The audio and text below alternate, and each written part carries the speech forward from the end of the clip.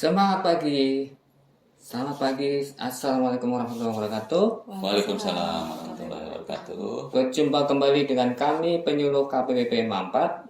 Saya Jonet bersama Saya Roni Zakaria. Saya Asti.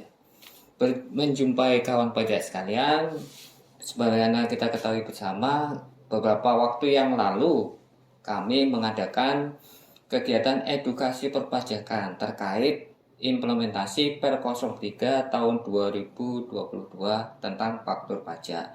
Ternyata pada kegiatan tersebut banyak sekali pertanyaan-pertanyaan yang diajukan oleh kawan pajak sekalian.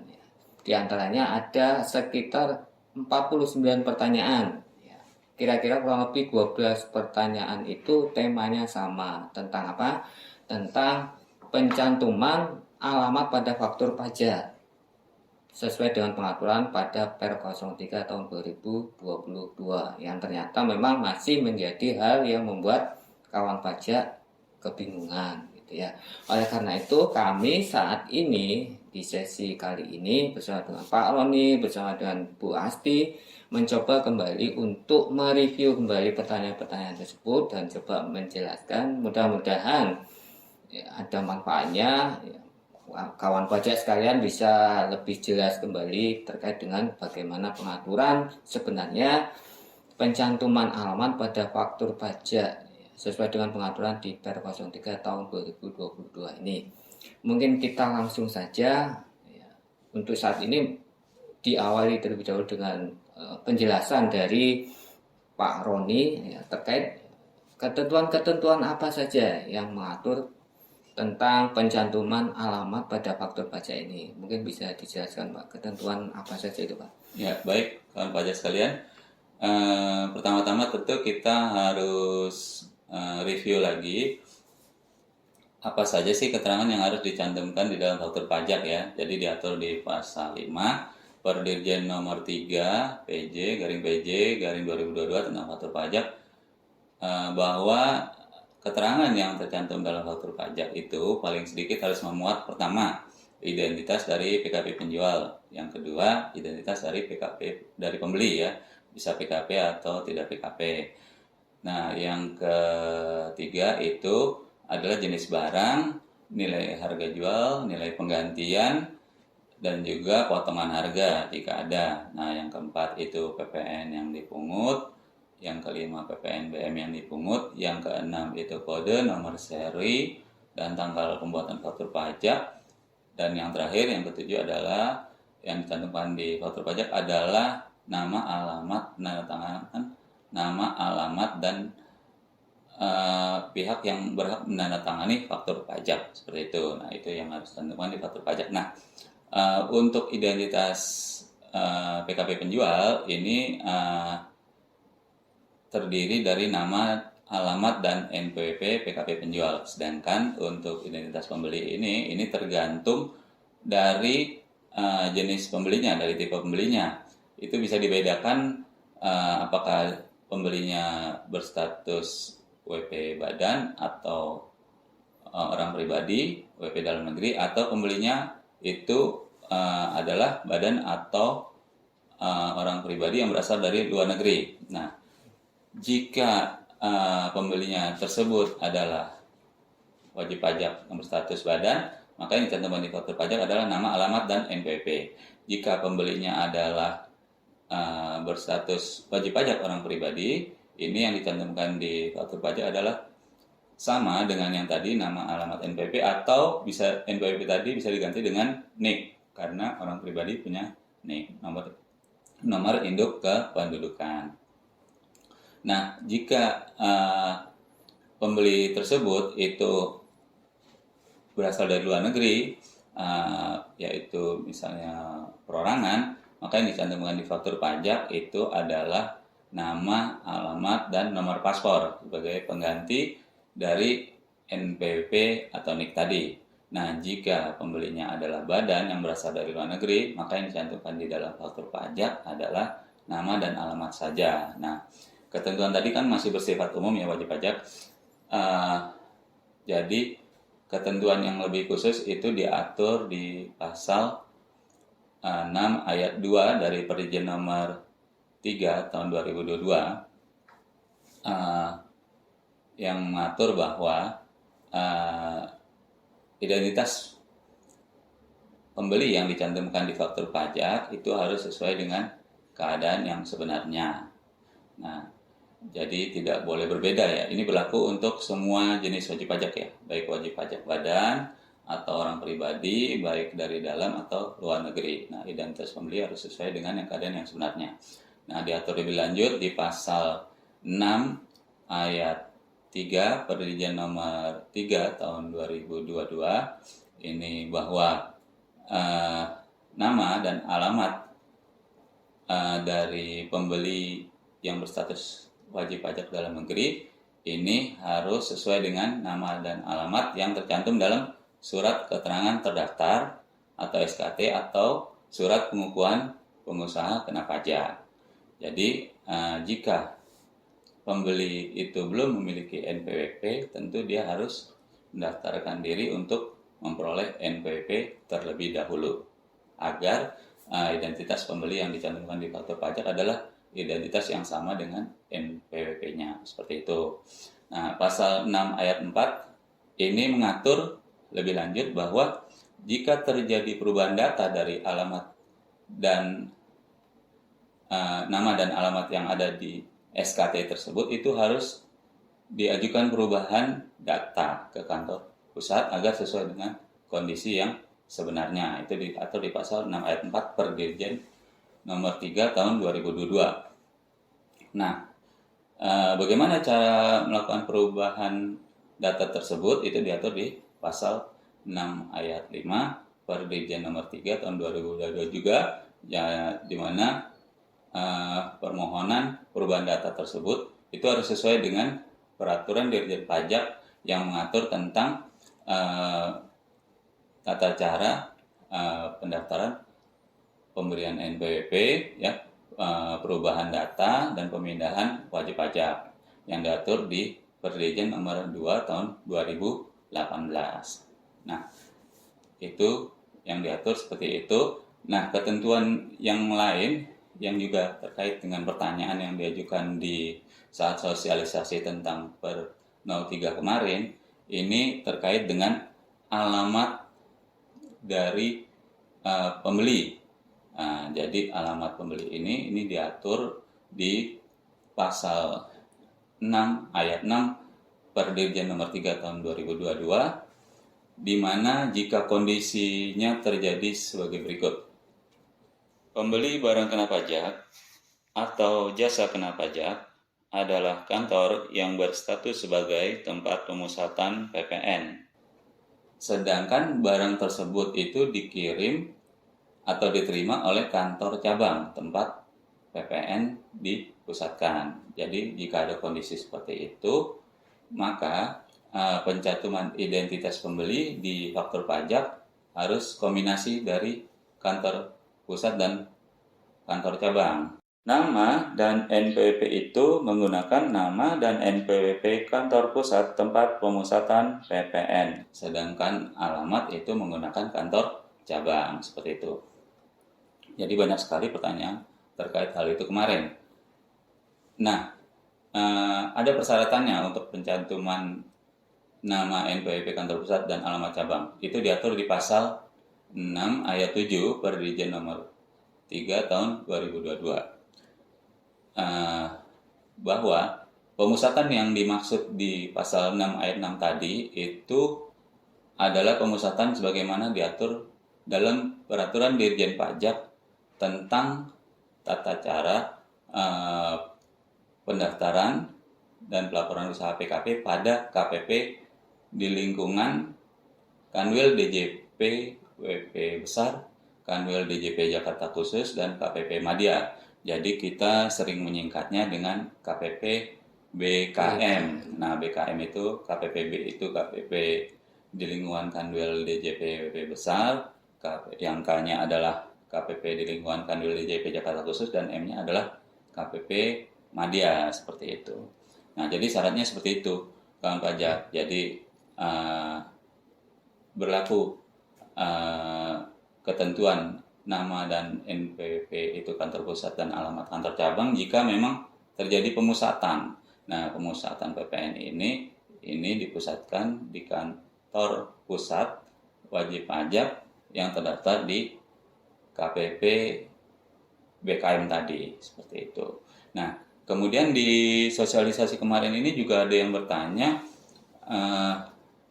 gimana kondisinya jika barang tersebut ditagihkan ke kantor pusat atau kantor cabang. Jadi jika penagihan itu dilakukan baik ke kantor pusat atau kantor cabang itu tidak ada pengaturan lebih lanjut. Jadi tetap mengacu ke ketentuan yang tadi saya sebutkan yang pasal 6 ayat 6 Perdijen nomor 3 tahun 2022. Jadi harus nama NPWP kantor pusat dan alamat kantor cabang. Nah, begitu juga jika kondisinya barang tersebut itu bukan dikirim oleh penjual tapi diambil sendiri oleh pembeli. Nah, untuk kondisi seperti ini juga tidak ada pengaturan khusus sehingga juga tetap sama kondisinya seperti yang diatur di pasal 6 ayat 6 Perdijen Pajak nomor 3 tahun 2022 tadi. Mungkin itu yang dapat saya sampaikan. Baik, terima kasih Pak Roni. Kawan pajak sangat detail sekali tadi ya penjelasan dari Pak Roni.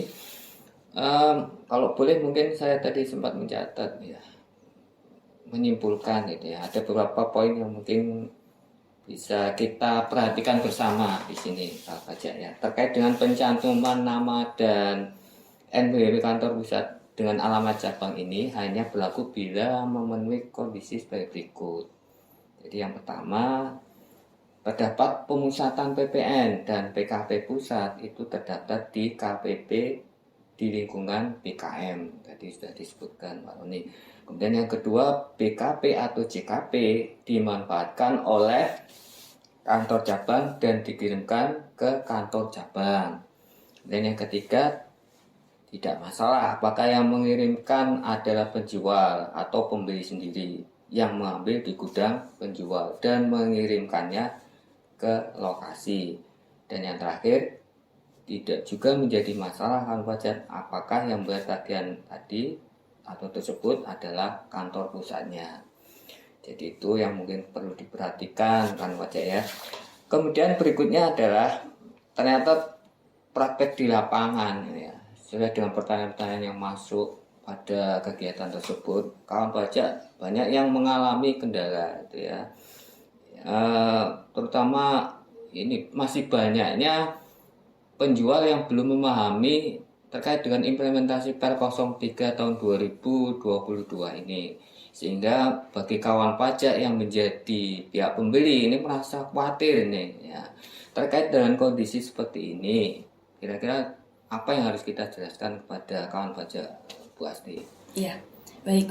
Kalau kita berbicara mengenai pajak masukan yang risikonya tidak dapat dikreditkan nih, pasti kaitannya dengan faktur pajak tidak lengkap ya, Mas Janet dan Pak Roni. Nah, di Per 03 ini juga dijelaskan karena banyak ketentuan baru yang ditegaskan di Per 03 nih. Salah satunya yang cukup menarik juga adalah faktur pajak yang dianggap tidak lengkap gitu.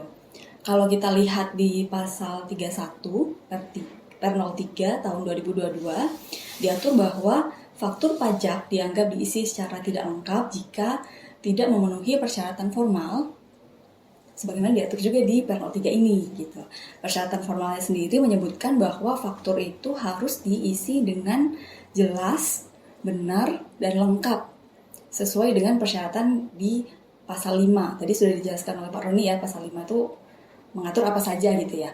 Artinya ketika faktur pajak tidak mencantumkan keterangan yang sebenarnya atau mencantumkan keterangan tapi tidak sesuai dengan ketentuan pengisiannya, ini dapat dianggap sebagai faktur pajak yang tidak lengkap.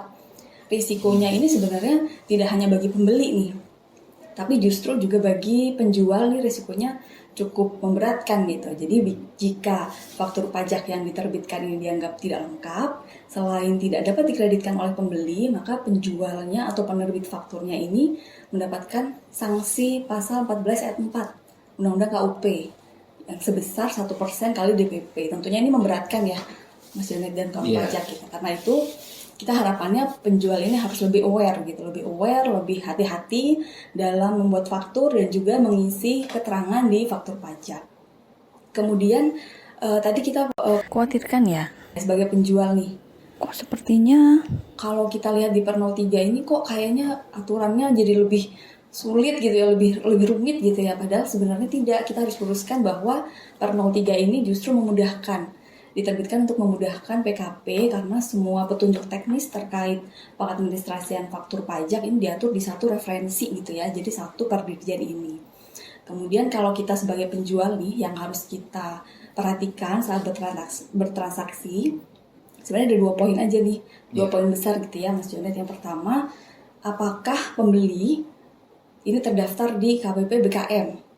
Dan apakah penyerahan BKP atau JKP ini ke lokasi cabang gitu ya. Kalau 2 poin ini terpenuhi, artinya faktur pajak diisi dengan NPWP nama dan NPWP kantor pusat, tapi alamatnya adalah sesuai dengan alamat penyerahan, yaitu alamat cabang. Sedangkan cabang di sini yang dimaksud cabang adalah cabang yang sudah teradministrasi sebagai NPWP cabang di KPP lokasi. Jadi kalau contohnya nih lebih gampangnya kita ilustrasikan gitu ya, misalnya Mas Jonet nih menjual ke PTA gitu ya. PTA ini terdaftar di Madya Malang gitu. Kemudian PTA minta Mas Jonet kirim dong barangnya ke gudang. Gudangnya ini di Blitar misalnya. Tapi ternyata gudang di Blitar ini belum teradministrasi sebagai NPWP cabang PTA. Artinya ketika mendapati kasus seperti ini, Mas Jonet nanti menerbitkan faktur pajak dengan nama dan NPWP pusat, alamatnya juga tetap pusat gitu.